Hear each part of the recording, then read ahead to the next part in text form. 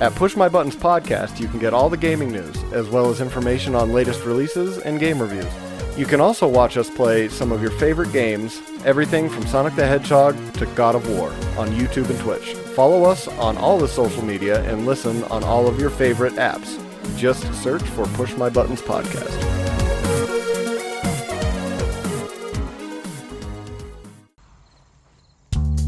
As far back as I can remember, I always wanted to be the owner of a comic book store. Trust me, true believer. Well, Jagger and me, we had a running contest to see who had the most comic books in the world.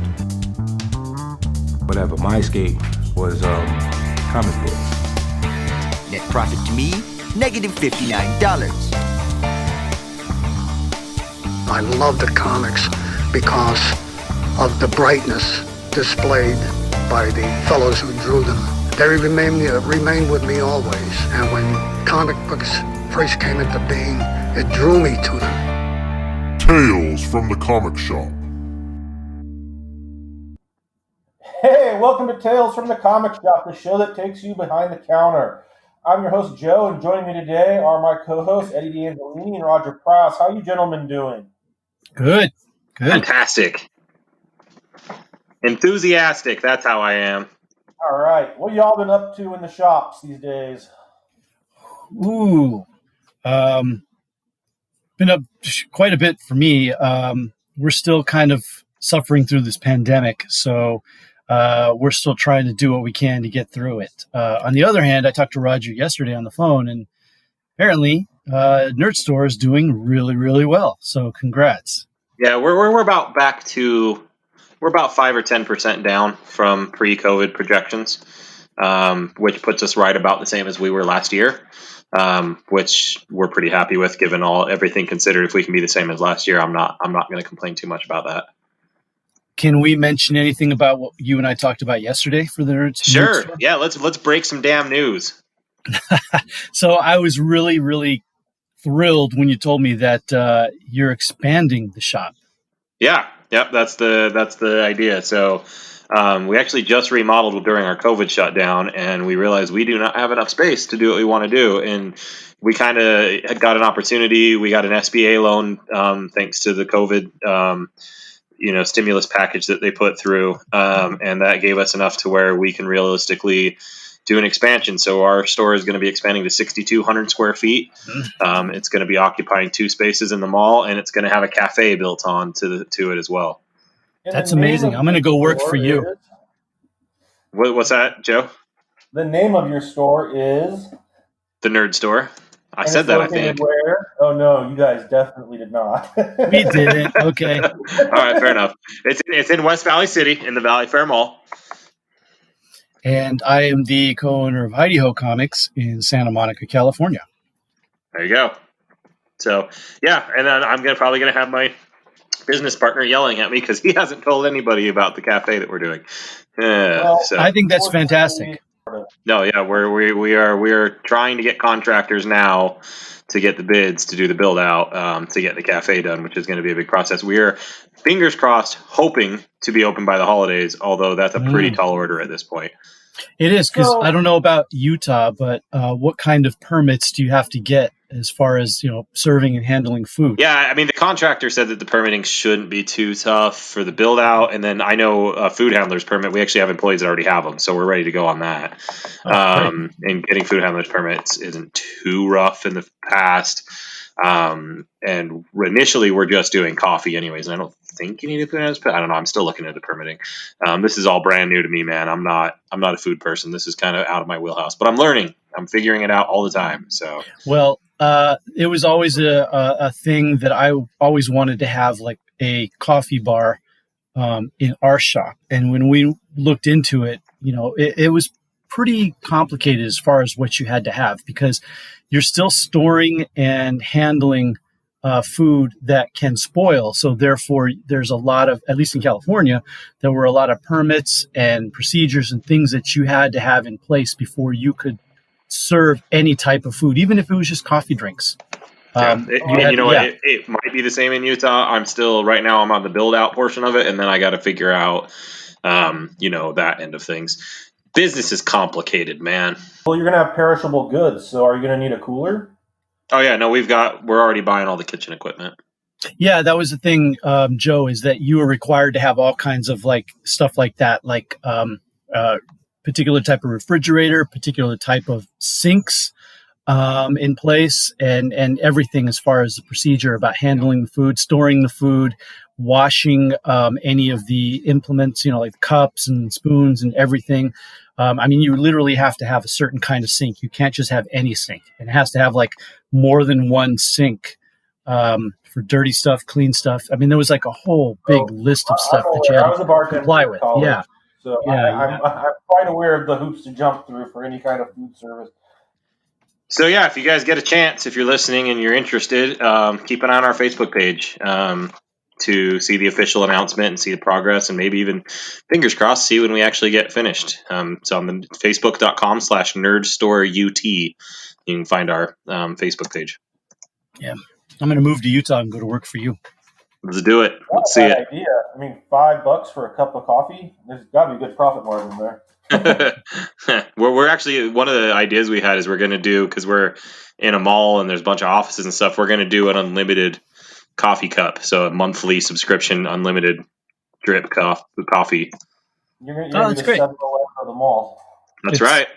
It's basically you're creating coffee pull customers. That's exactly the idea. Yeah. Yep. The big news that came out this week was Spawn 311 Black Panther variant, the B cover. I think it's a Chadwick Bozeman variant. I don't think it's Black Panther. Well, he's got the Black Panther logo on his belt. Oh, does he? I don't remember the art. There's a Black Panther mask in it, but yeah, it's Chadwick Bozeman dressed as Spawn. And it's a fantastic cover. It is. It's quite nice. If I collected Spawn, I would be all over it. And it's a Todd McFarlane cover, so you know that there's going to be demand for it.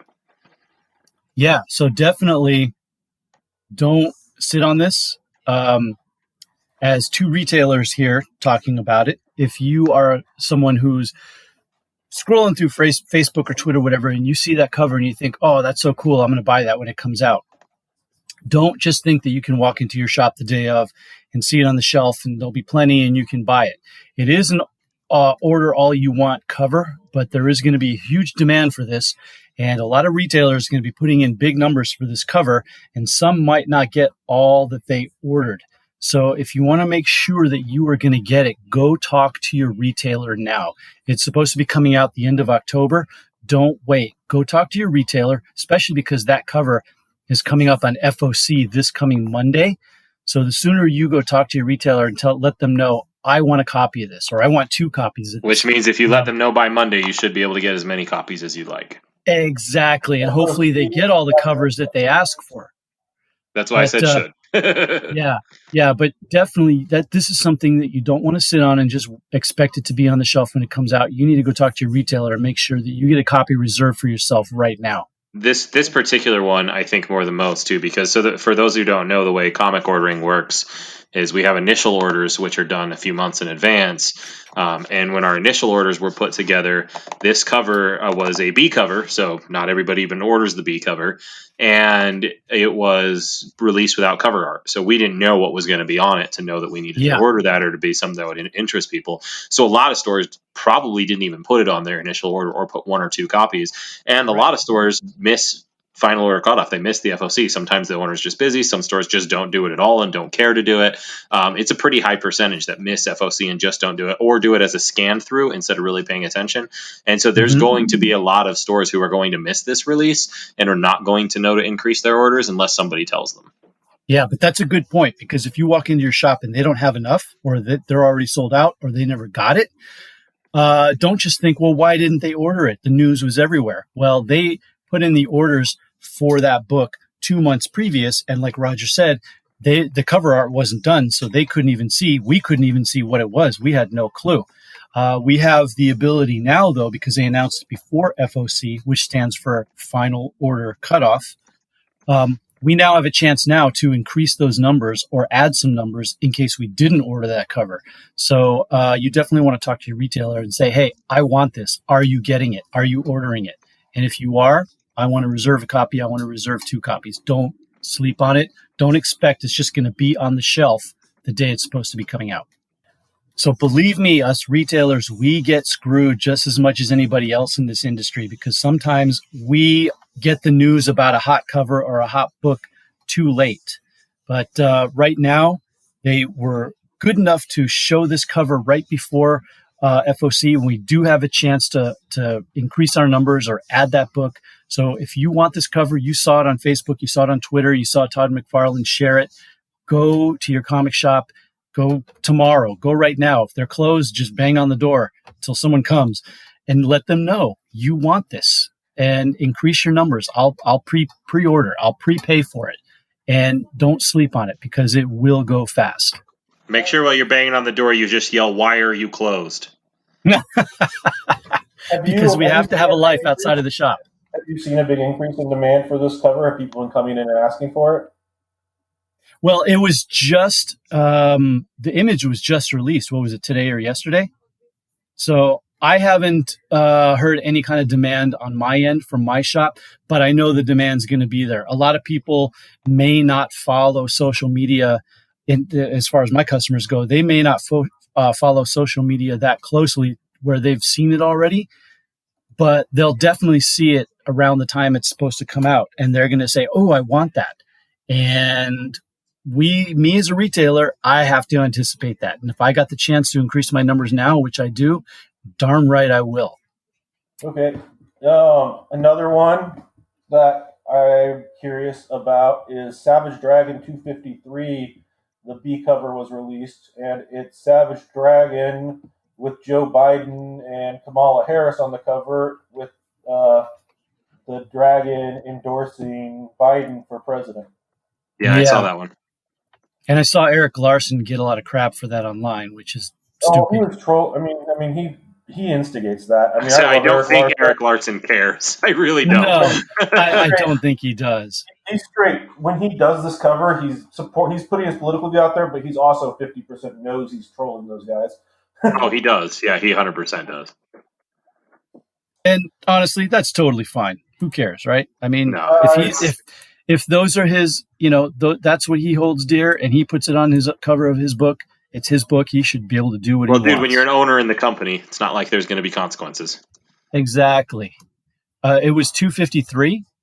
Yeah, 253. Okay. I mean, the last time he did that, he did one for Biden in 2012, or not Biden, for Obama in 2012, I believe. And that book sold out 4 times and went to press 4 times, obviously, because it sold out all 4 times.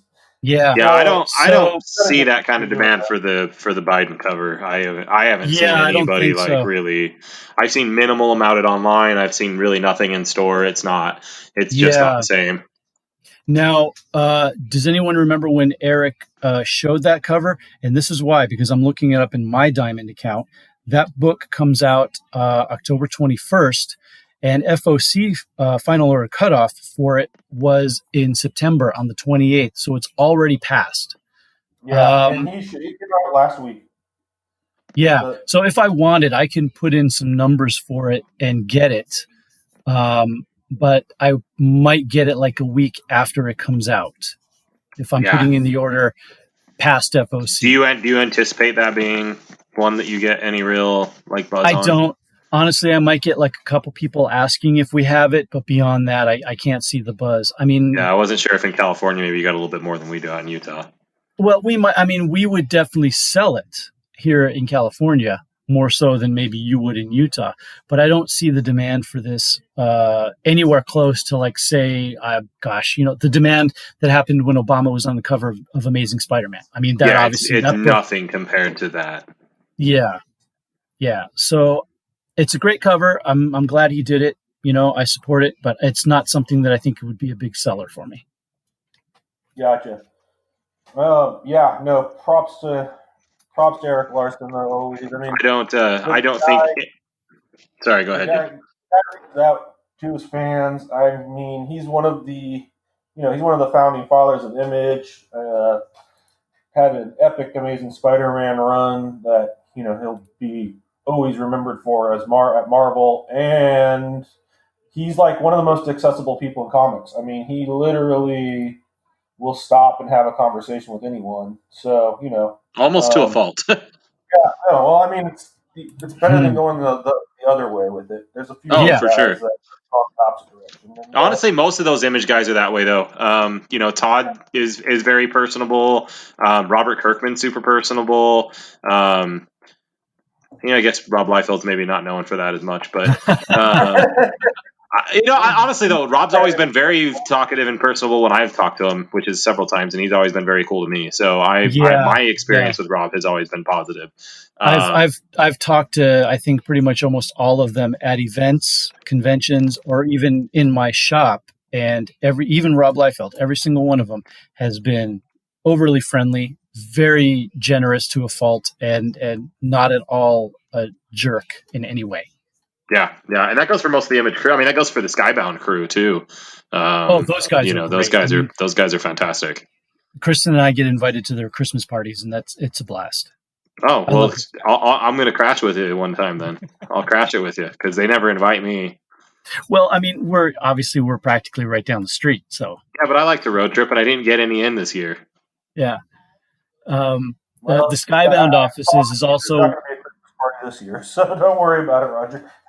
The Skybound offices is also where I filmed my bits for Robert Kirkman's Secret History of Comic Books as well. So. Oh yeah, that makes sense. Yeah. So yeah, it's a great place. So Department of Truth dropped this week, and it's quite an interesting book. Friend of the show described it to me in a very interesting way. He said that it is an issue of the X-Files with art from old Sandman covers. It's a conspiracy story, and Eddie, I know you had an opinion on it that you wanted to share. Well, I read the book last night. I loved it. I thought it was fantastic. Beyond that, it's definitely, I think, the big seller of the week for us. We went through it pretty quickly. I just went in earlier today and did a reorder to get some more in as soon as possible. But I'm a sucker for alternate history stories, which this kind of is, with the big reveal at the end, which we won't say what it is. And I thoroughly enjoyed it. I know, Joe, that you had a bit of a problem with the person who is the main character. No, the main character is fine. It's the well, I mean the reveal at the end. Yeah, there's a reveal that.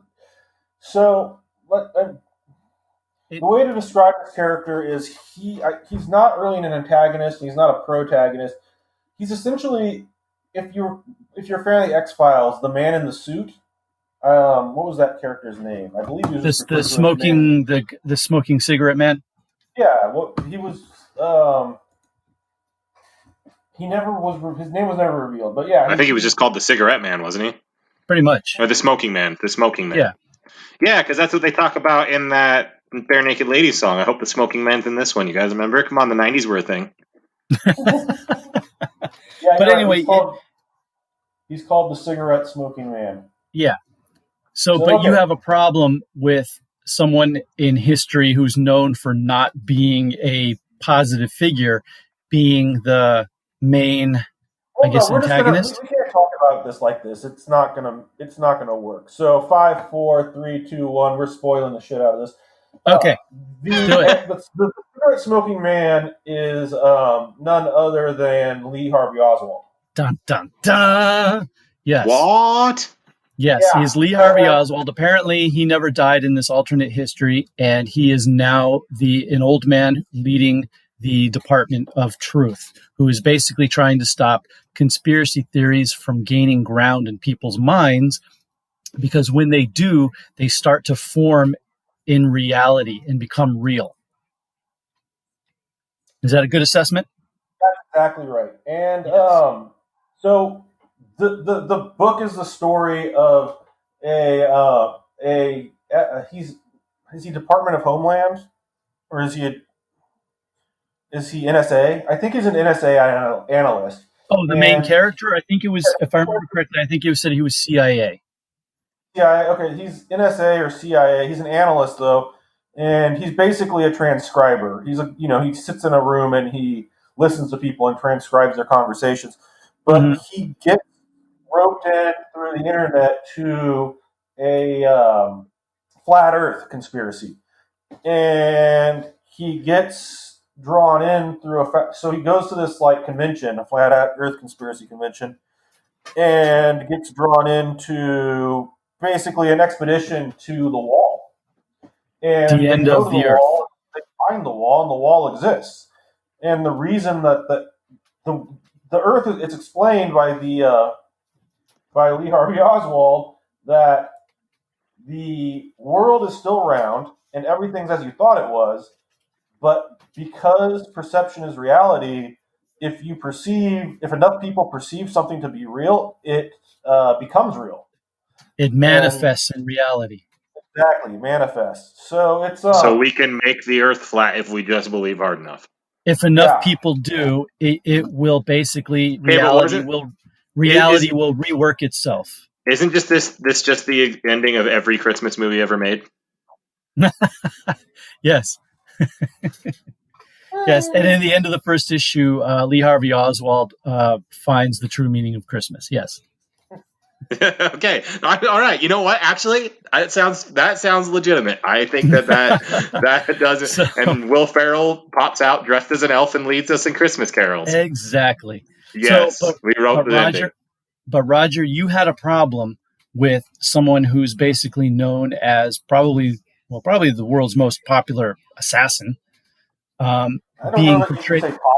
Infamous? Yeah, there you go. Popular is a rough term for that. Yeah. I meant the most known in history. I mean, everyone probably knows who that is.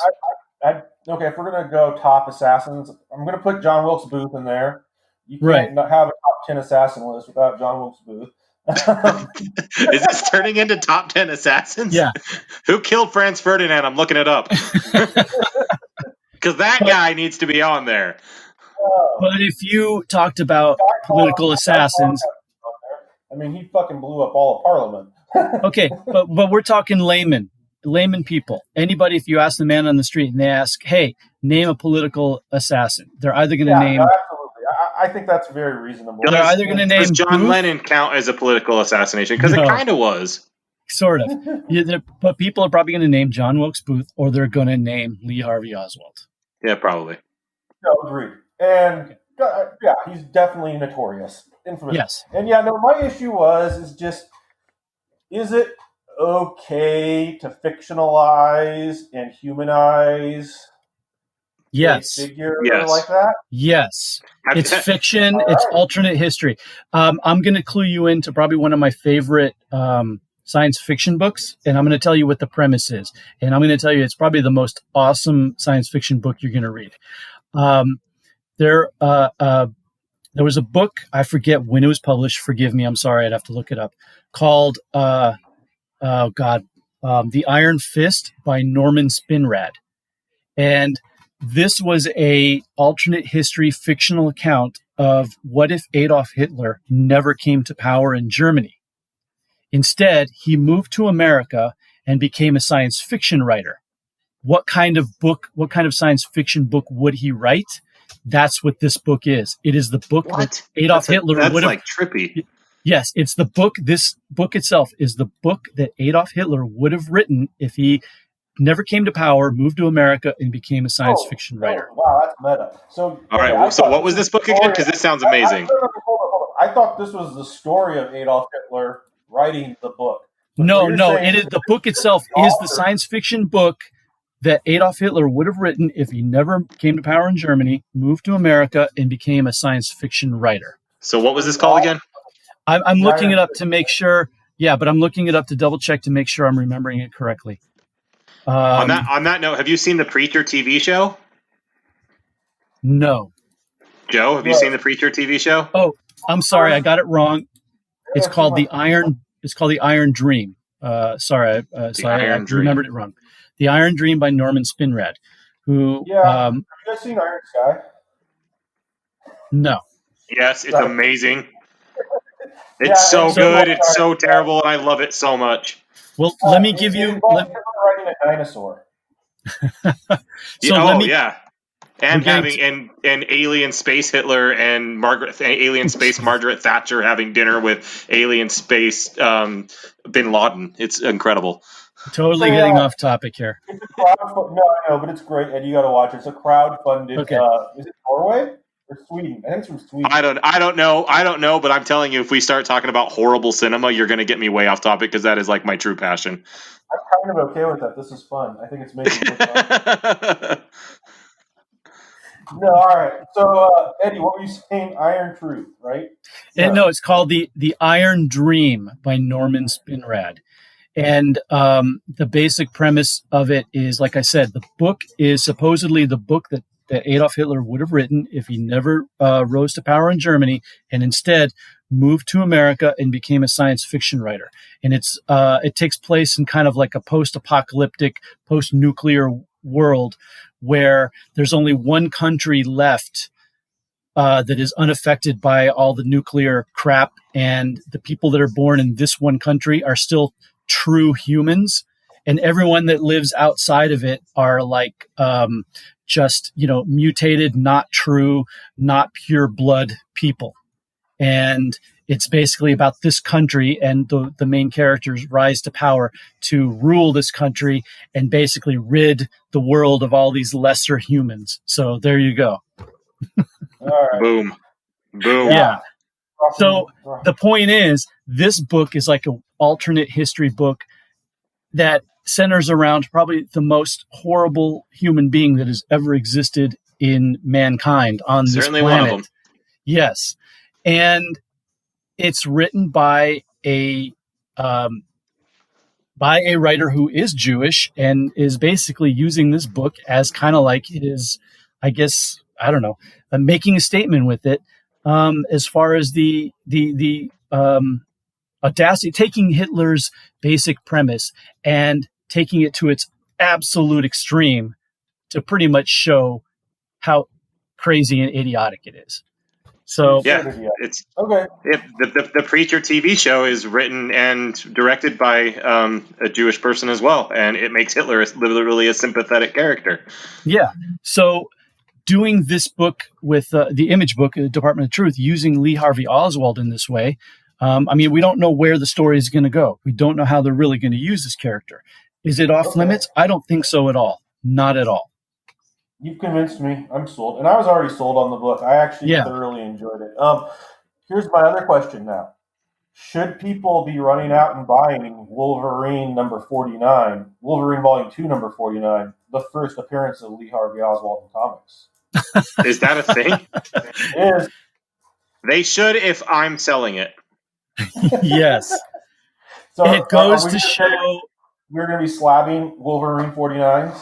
Oh, God. I highly doubt that. I really doubt that. Yeah. I would literally have to dive through boxes and boxes of my 50-cent and 99-cent books to find that issue. I'm just waiting to see someone put up a signed copy by Oswald on eBay. But it also goes to show that speculators will try to make anything a thing and try to jump on it. Yes, they will. Okay, so we're saying no to. We're saying no. No, I'm guessing that that's a no. Yeah, that's my expectation. Don't waste your money sending it in to get slabbed. Unless you just really like it. You know, you can slab stuff just because you want to. Harvey Oswald. So just recently, Gerry Conway released a statement regarding the comic industry that I think a lot of people have been talking about, and definitely we would love to give our opinions from a retailer standpoint. Now, for those of you who may not be familiar with Gerry Conway, he is a writer that's been in the business for quite some time, most notably known for his run on Amazing Spider-Man in the 70s, and was the creator of The Punisher. He was also the jerk that killed Gwen Stacy. I'll never forgive him for that. But he's a well-known, very well-respected writer in the industry. Been in it for several decades, And he released a statement about the industry, about what's wrong with it and what needs to be done to the industry to make it successful. And Joe is going to be kind enough to give us the highlights. Well, yeah, so the controversy behind if you just take what he said on surface value and you don't dig deeper into the context of what he's talking about, it sounds pretty controversial. So what he said, his quote is I cancel every existing superhero comic book. He's being asked how he would fix the comic industry.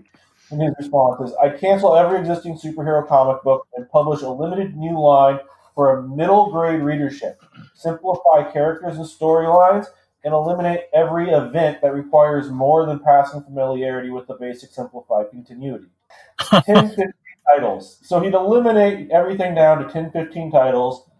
And for existing readers, I'd offer a separate, higher-priced graphic novel line with whatever expanded adult storylines creators and readers want to explore.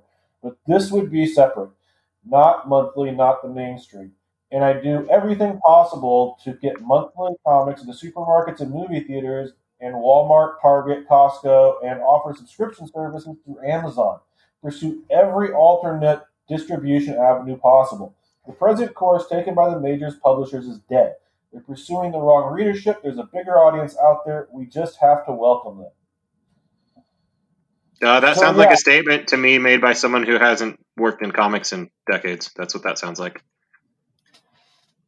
So I knew you would have a problem with this, Roger. And I will say that some of the basic ideas of what he's talking about, I think I absolutely agree with.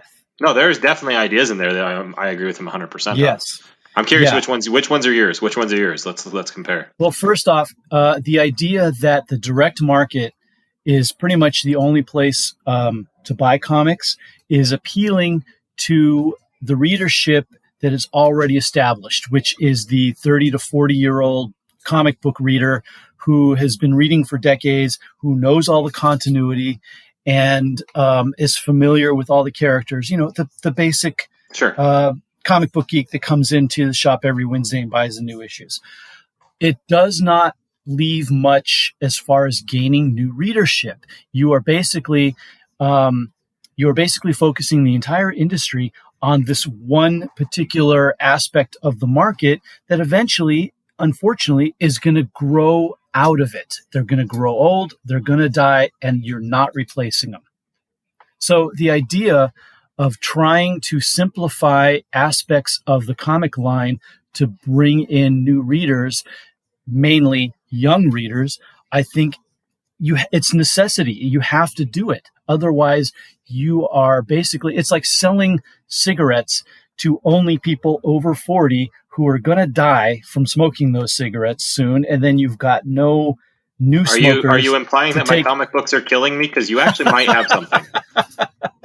I'm using a bad analogy only in the fact that I'm using a bad analogy, but I'm using it in the sense of trying to make the point that you are catering your market to a particular customer that eventually, sooner or later, is going to grow out of it. No, I get what you're saying. And you're not replacing them. So my first disagreement and my most vehement one is that saying that the current model is broken. I think the current model can be enhanced and there are things about it that can be made better, but to say that it's broken is just categorically untrue, and I don't think substantiated by the reality that there's a very good amount of people that are making a fair amount of money in that the way it is. So I completely reject that statement. I'll agree with you on that. I won't say that it's broken. What I will say is that it feels a bit like a dead end. I think the idea of distribution through Amazon not only abandons so much about what makes comic books a community, but it also is just unrealistic because distributing a $3 periodical on a regular hold basis through Amazon is something Amazon is going to laugh at you if you even pose that idea to them, for the independence of the business that they're going to get and what they have to go through, from the amount of work that it takes to get that. They don't want that business. They wouldn't accept that business. That just shows a complete misunderstanding and a lack of understanding of both the comic business and larger corporate business in general. So that's just a plain out silly statement. As far as Walmart and things like that, I'm one of the retailers. It's fairly split when these things come up, but half the retailers hate the idea of Walmart. Half of them, like myself, favor it. I totally favor having them in public places. My concern and where I don't favor is when they give Walmart exclusive releases.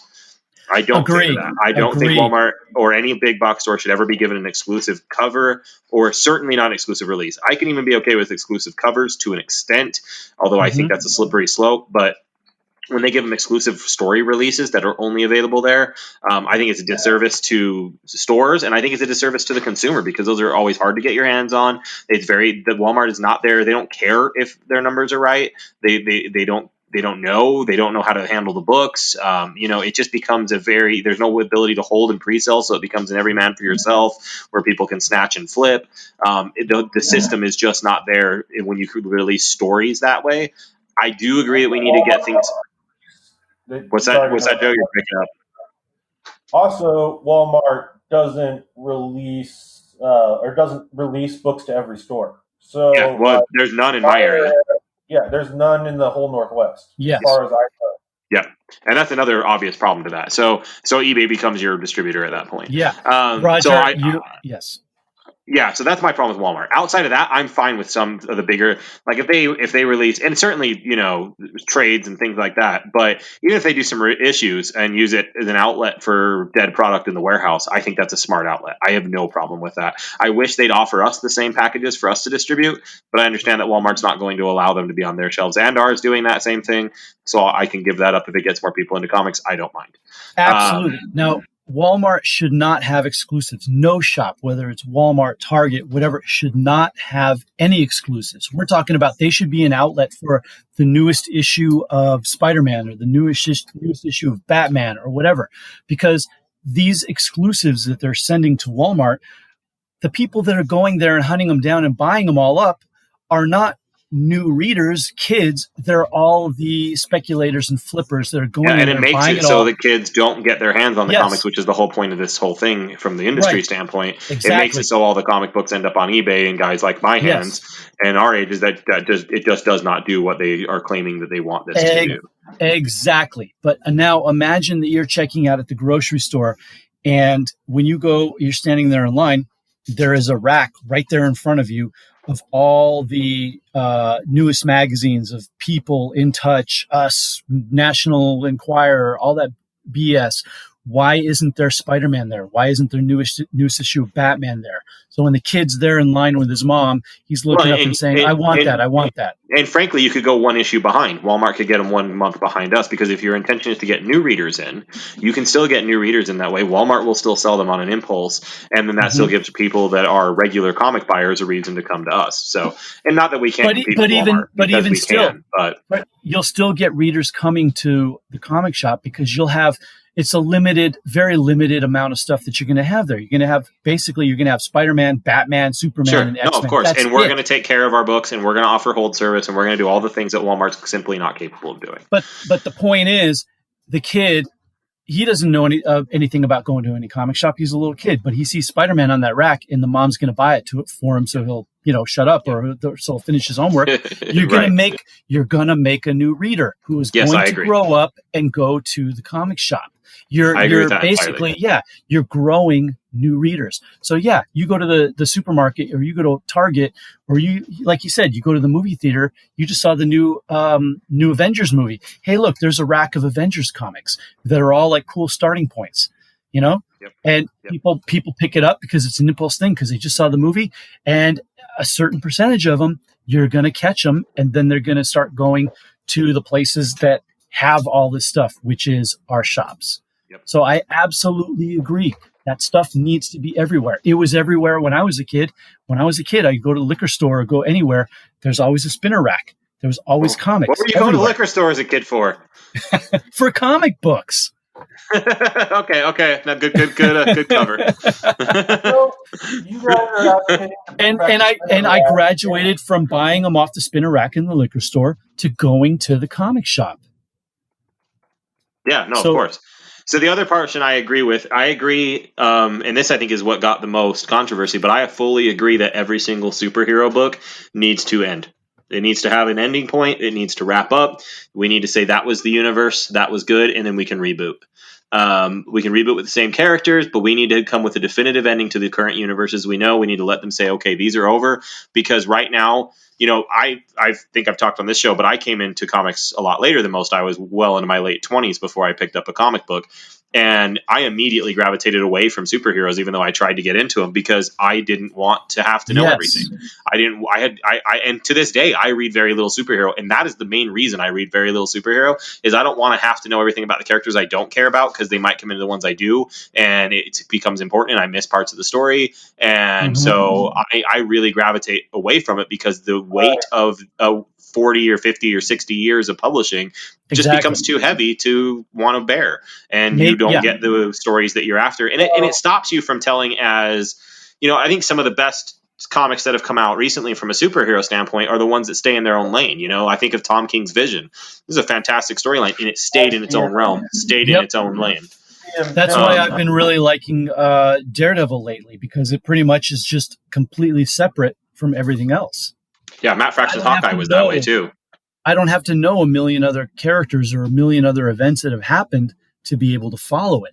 And I think that with this particular point, maybe, canceling everything sounds extreme, but I think that Gerry has a good point here, where you've got to wipe the slate clean enough to be able to bring in the newer, younger readers. You have a line of comics that are easily accessible for young readers, similar to like the 70s and 80s when I, started reading Marvel and started loving all this stuff.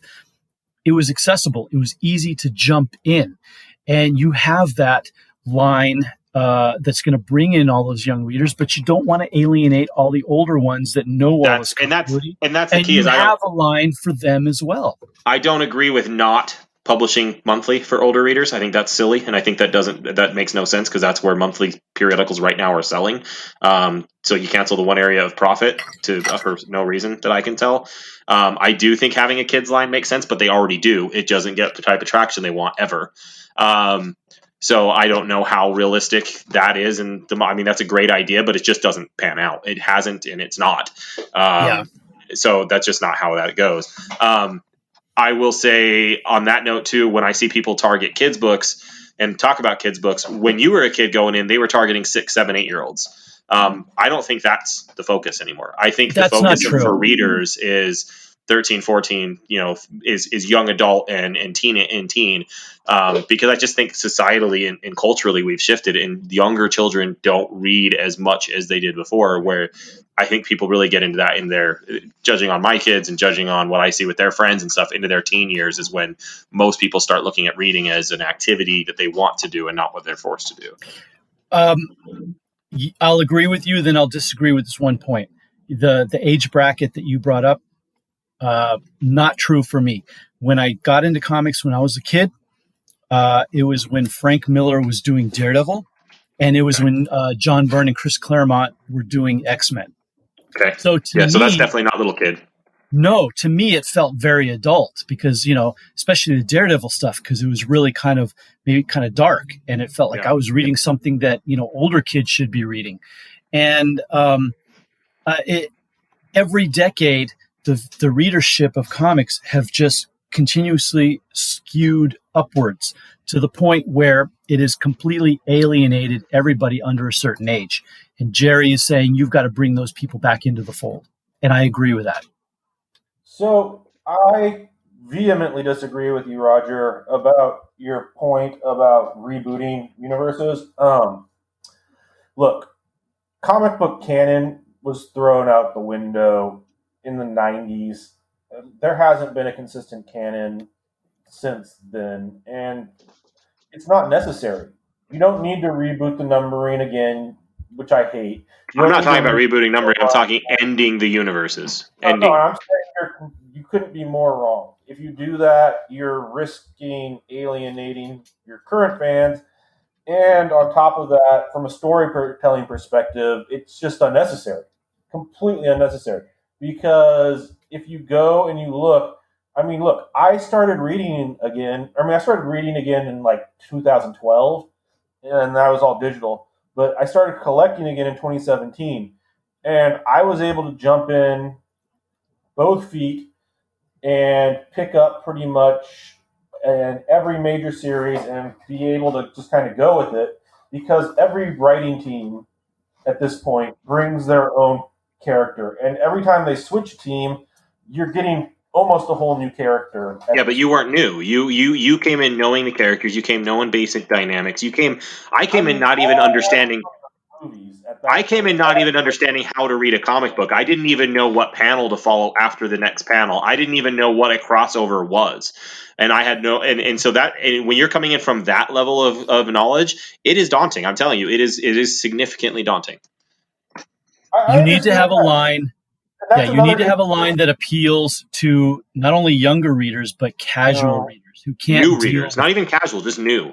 Yeah, but even casual too, because these people are not going to invest that much time into learning all about a particular universe of characters or what this character is and all the events that have happened. They don't care. They just know, I just saw the Avengers movie and it was awesome. I want to read some comics. You want to know what the biggest barrier to entry is for new readers? It's the fandom. It's the bar entry is so high with 50% of the fans, and it's intimidating. You go into a comic shop, and in a lot of places, in a lot of comic shops, if you are like Roger and you don't really know anything, and you go in there, you're going to get mocked, and it's just a shitty experience. And yes, I agree with that. That's going away. I wouldn't say it's anywhere near half anymore. I don't think it's anywhere near that anymore. There's a lot. There are those though. It's very toxic, and they need to focus on ending that. That needs to stop. But that's not a problem with the comic industry. That's a problem with the comic fandom. Well, in stores, it's not fandom. It's bad stores. And frankly, I hate to say it, but doing that would do that, because you're going to have a lot of the old guys that are the toxic ones rage quit and get pissed off, and then they're going to remove themselves, and you just have to let the garbage take itself out. So I'm fine with that. Yes. Again, I feel like we'll see. I deal with people on a daily basis who I look at them and I pitch them a story, and they go, that sounds great. And then they'll come back to me and they'll start to ask questions about it, and I'll have to talk to them about the next story and the next story and the way that this goes into that story. Or there's a story that I want to pitch to them, but I'm like, but you kind of have to read this to understand this. And I just watch their eyes gloss over, and you just watch them immediately lose interest, and they'll go, oh, okay, thanks. I'm going to tell you right now, when I get a new reader, I never, and I mean literally never, unless they specifically request a Marvel or DC book, I do not recommend a Marvel or DC book. I go to Image, I go to Aftershock, I go even to Valiant if they really want superhero, but I go to something where I know I'm not going to get that reaction, and I'm not going to have something happen in that regards that's going to alienate the person before they even give it a shot. So I go to indies every single time.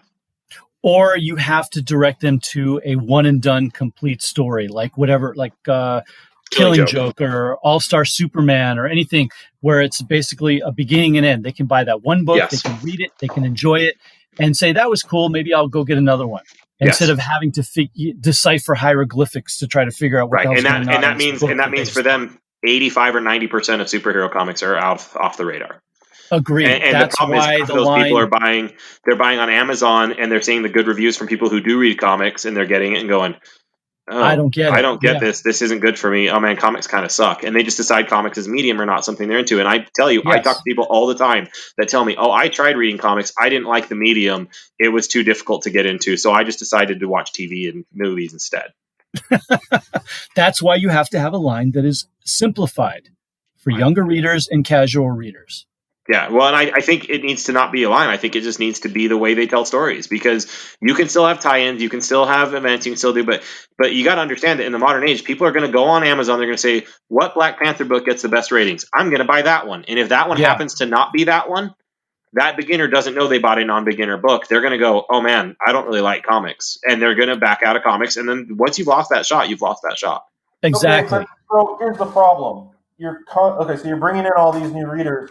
What do you do with your existing readership? Or when these readers advance, what are you going to do with them? You let them read the books that come out. Look, I hate that advance versus be. It makes it accessible to beginners. That doesn't mean it's a beginner story. Killing Joke, Watchmen, we're both that way. Again, Tom King's Vision, I keep going back to because that just keeps popping in my head. But the entire Image Comics run, the entire publisher is that way, and I would not call that books that are unattended. I think most people graduate to that from superhero, and so I totally reject the idea that you have to have these overly convoluted, almost like. I mean, I go back to like Assault on Pleasant Hill was a couple years ago, right before Civil War II, right? I really loved that event. I couldn't sell it to save my life because you had so many crossovers going through so many different series and so many different teams, and I had so much backstory I had to explain to somebody, and that I think was a lot of the problem with the Hydra Captain America. Again, it was a great story, and I will fight anyone to the death that Hydra Cap was a fantastic story. I understand why people didn't like it and didn't get into it because when they read that first issue, they're like, what the hell? This doesn't make any sense. For me, having read Assault on Pleasant Hill and Civil War II going into that, it made total sense, and I was hyped. Mm-hmm. No, the other people didn't. And so they immediately looked at it and go, this freaking blows, and they put it back. And you shouldn't have to read something that's not related. It would be like going to see a movie in the theaters and finding out that there was that it's a sequel to something that was made 20 years ago that had none of the same actors and none of the same it wasn't billed as a sequel, it was billed as its own movie, and you don't understand it because you didn't see the first one. You'd be pissed. I understand. I'm okay with starting a line, like an entry line. I'm just saying, there's no reason to trash your existing readership. And it has to. There's too much there. It's too heavy. There's too much there. There's no other way to do it. But also his recommendation was you move those people to a different line. Yeah, but that's going to be too confusing. We've tried that. They do that all the time. There are always these solutions of we're going to please everybody. And so many of the we're going to please everybody solutions from the publishers is because they're mad or they're afraid of the toxic groups of the fan base that are going to bitch and moan and the old guys. Almost every bad decision being made by publishers, and since I've been in this industry, has been done to comfort and to appeal to the old guys that are coming in that are the ones that we need to not be appealing to. Exactly. Forgetting about the customers like me, and I go into my LCS and I drop between $100 and $300 every week at my LCS, and I do that because I want to support them. I want them to be there because they're my LCS, and if you start making everything like I love Red Sun, things can still be on ongoing series, but just make them. I don't want a simplified. I want my complex storytelling. I want. You can have complex storytelling. You can have ongoing series. Nobody needs an ongoing series for 60 years, Joe. Nobody. There is nobody who can tell a compelling story over 60 years. That doesn't exist. I don't think what he's. That's what Crisis is for. Crisis resets the DC universe every 5 years. If you read Crisis, then that makes sense to you. Yeah. If you don't, then you don't understand that this book you just bought on Amazon and this book that the guy at the comic book store sold you to get that don't make sense when you read them together at all. That you don't know that, so you have to do research to be able to understand the story. And you're pissed off. You're like, I bought a book and I got to research how to understand a book I bought. Yeah, I understand. It doesn't make any sense. That reader is not as important as me, who likes this enormous. Like, part of the appeal is that it's all interconnected, and there's this huge universe. And you can still have the interconnected nature after you reboot it, and you make sure that all of them stay within their title. And you can still have that entirely. That doesn't go away, and you don't make it so that new readers can't get into it. Because right now, that's that. And frankly. Not to be a jerk, but I'm going to disagree with you. I don't think you're more important than they are because your $300 a week is fantastic. And I love customers like you. And I'm not trying to say that to put you down. But if it comes down to it, I would rather have 100 people spend $3 a week than one person spending $300 a week every single time, without a doubt, no question. It's not even close. What you're forgetting is that, or you're assuming that that'll work. Now, here's the downside. What if you alienate me and your plan doesn't work? Yeah, well, this is what happens when we talk to publishers, and they're always too afraid to do anything other than what they do. So they keep doing the same things, and people keep complaining that they're doing the same things, and the same thing doesn't work. But what if the other thing doesn't work? So we're going to keep doing the same thing that slowly stops working and is slowly getting worse, so that we don't take a chance that maybe, this is the whole. You can't do business scared, and part of this business is publishing. You can't publish scared, or you're going to become irrelevant. And we're seeing that happen. Most young readers don't read superhero like they read independent books. Image Comics is booming compared to everyone else. Boom Comics is booming. Not pardon the pun. Manga. Yeah, and it's because they can get into those things. Marvel and DC took up 80% of the market share. What's that? Last time I checked, Marvel and DC still made up 80% of the market. Not if you take into account graphic novels and trade sales, which is how most young people are buying. Okay. Yeah, that doesn't factor in the YA market. Right, and that's still a significant reduction of where they were at. And by what you say, I want my compelling stories. No one's saying that the books that they would be putting out in this new line won't be compelling stories. They're not going to be. It's not going to be kiddie fluff. No, you're just allowing things to end when they need to end. Yeah, it's just oversimplifying it for people to jump in. Sorry, Eddie. What Roger's describing to me really sounds like, we know DC Universe is ending, but one of the really cool aspects of DC Universe is they put every single issue of Detective Comics and every single issue of Batman on there. And so I've been trying to work my way from Batman 1 to current and Tech 27 to current. And let me tell you, it is a grind going through the late 30s and early 40s books, because they are long and they are bad. I mean, I hate to say it, but they're terrible. Yeah. And no one is saying that we're going to go back to that. But that's what Roger's describing is oversimplified, No, it's not. No, it's not at all. It's not at all. I'm not talking about changing the stories that are being told whatsoever. In fact, I think that that's what you're describing, it is making a line so some people can have one in a line. So I'm talking about simplifying it so that people understand what they're reading. That's it. And how often do you get into a series and you read it and you can tell the writer and artist went in with a arc, 5, 10, 20 issues that is fantastic, and they had a story they were ready to tell. And it has that thing and it wraps up and you're like, that was fantastic, that was really good. And then you can tell that they just kind of put material out for a while because they really didn't think it was going that far and they really didn't have that much more, but the book's selling well and we got to put something out. It would stop the necessity for that. It would be like, okay, look, that is wrapped up. There's that story. And so you would be able to sell these books in an anthology format. This is a fully wrapped up Batman story. Now that Batman story can still be referenced later on. That Batman story can still be relevant later on, but not in a way that makes it so you can't read that book without having previously read that. Otherwise, it's considered a sequel to that story with the same name, and it comes out as a sequel to that story, so you can run it linear. I mean, don't they don't do that with consistency. Different Batman titles? I mean, how many Batman titles are there this week? 3? Too many. 5?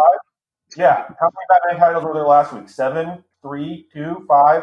I mean, I can't keep up with all the Batman. I love Batman. I can't keep up with all of it. Right, and how much of it needs to be being produced, if we're honest? How much of it is worthy of production?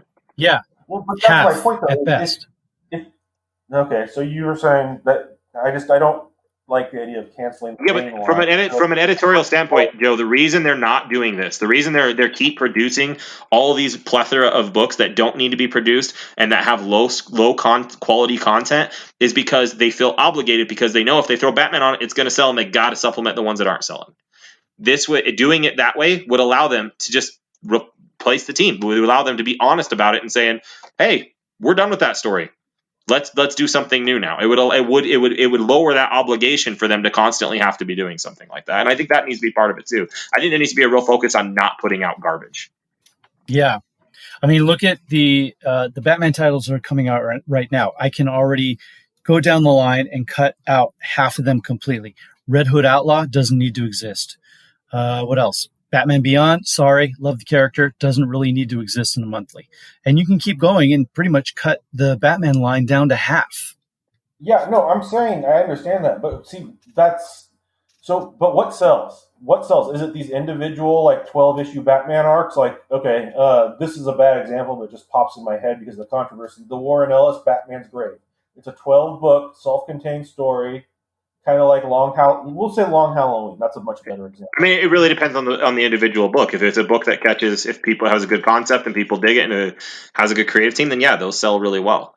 So they do sell. Yeah, what really matters, I mean, Batman TMNT sold like insanely. What really matters, I think, is the quality of the content, because what we have to think about in sales is, yes, periodical monthly sales matter, and that's what makes the book profitable when it's all said and done most of the time. But the books that can then hold their own in trade later on as something that's recommended and regularly read, those are the ones that are the home runs. Those are the ones that are the great books that need to be focused on. And I think having something in I think that's where a lot of this is coming down, is you're really focused on a completionist periodical collector standpoint, Joe, and that is the old guard. And frankly, that is not very many collectors that are like you. They're just not. I know they're the vocal ones online. I know they're in a lot of groups. Out of the total comic buyers, they are a small minority. And the ones do where the market's headed, and the ones that spend the most are the ones that will pick up some issues on series they're interested in or that has cool cover art. And they read more. They read at least as much or more in trade than they read periodically an issue, and they kind of do mixed media and bounce back and forth between those two. And I think you have to understand that when your audience changes that way, you got to change your publishing strategies. Interesting. I have to agree. I mean, what percentage of people do you have that come into your shop, Roger, that say they're casual readers? They're not the person that comes in and picks up Batman off the shelf every 2 weeks. When it comes out, they just come in and say, I want to read a cool Batman story. Yeah, I would say for me, 80 to 90% of my probably 80 to 85% of my customer base. If you're talking about amount of customers, if you're talking about volume of sales, it's probably 50%, somewhere in that range. But yeah, I'm just talking about percentage of people that come in the door. Percentage of actual people, it's probably 80 plus. Yeah, and I'll say the same thing, that it is, in good times when we're not in the middle of a pandemic, it is also the majority for me as well. They're also the people that buy more pops, and they're also the people that buy more toys, and they're also the people that buy more wallets and keychains and all that other good stuff that I make more money on than comics anyways, too. Well, and good on you, because I can't sell a pop to save my life. But that is exactly the point. It'll be like that is exactly. But that's exactly the point, is you have the large enough percentage of people that come in the door that don't buy books every Wednesday. They don't buy the new issues. They come in and they want to read a cool, complete Batman story. Yeah, they come in when they're in the area. They stop in because we recommended something cool to them once, or we had a good customer service, and now they want to know what the next thing that they want to buy is. And you'd be really, really surprised, Joe, if you work in a shop, how short of time it takes before, with those types of customers, before they've gone through almost every employee there, and you're like, well, everything else kind of requires a lot of back knowledge and a lot of like having to read this that maybe wasn't as good to get to it, and you'd be surprised how few titles you can really recommend to them before they kind of run through everything, and you're having to, frankly, branch into indie books. And that's where the publisher fails us as retailers, and that's why I think I agree with a lot of what Gerry is saying. Yeah, I do too. I think a lot of it, again, not all of it, and what I disagree pretty heavily with. But I agree with a lot of it. All right. Well, there it is. That's a lot to think about and a lot to unpack. Hopefully. And Roger was on fire. Boom! Yeah, rapid fire. Actually, Roger, it's really good to have you back. Yeah, man, it's good to be back. I've missed it. Well, we need you. We're glad you're here. All right, so I want to say real quick that we have been a little inconsistent recently. We've all been going through some major life changes, and recording has not been something that we have been able to do as consistently as we want to. We are going to try to get on a more regular schedule going forward, whether that's monthly or bi-weekly or whatever. We'll be around. To get you something consistent sooner than later. But we apologize for the last 5 to 6 weeks where we have been sporadic with our installments. Eddie? I also want to do some fun episodes, damn it. Well, let's do some fun fluff episodes. Hey, this was fun for me. I don't know. This was fun. I like getting heated about shit. That's always good. I love arguing about comics and retailing. Yep, me too. All right. Well, coming up, we have a few ideas to kick around. I want to do something about the margins because I think that's something that we can really inform you on and that not enough people understand. And I know you guys would be excellent at putting together a little school for what the reality is of your local comic shop so that people can know going forward. Also, you can hit us up on Twitter. You can hit us up on our Facebook group if you have anything you want to ask questions about. There's even a post somewhere in the big comic book collectors group on Facebook with 130,000 members where you can ask us questions there too. That'll show up in my alerts if someone ever posts on it. So, if you're listening and you want to get involved or you have questions, please get at us. There's a plethora of ways. There's an Instagram. You can comment there. We'll see it. The YouTube channel as well. Eddie, Roger, thank you for your time. I appreciate your input and your ideas. And arguing. I'm good at that. All right, that's going to wrap things up for us. We will see you soon. Goodbye. Bye, everyone. Adios. This show is part of the Geek Nerd Network. Find more shows like it at geeknerdnetwork.com. This is Janet. Hey there, my name is Tyler. I'm Mary. I'm Aaron. And I'm Kylie. And we'd like to invite you to join us in the Fortress of Comictude podcast, where we discuss such topics as Creator Focus, where we pull a comic creator's name out of a bucket and talk about their history and books they've worked on. We also do what's called the Comic Book Club, where we pick a book, read page by page, and analyze how cool it is. And Was It Really That Bad?, where we take an old comic book movie from the past that got horrible reviews and decide if it was truly, really that bad. Plus creator interviews, movie reviews, top 5 lists, and so much more. So join us in the Fortress of Comictude.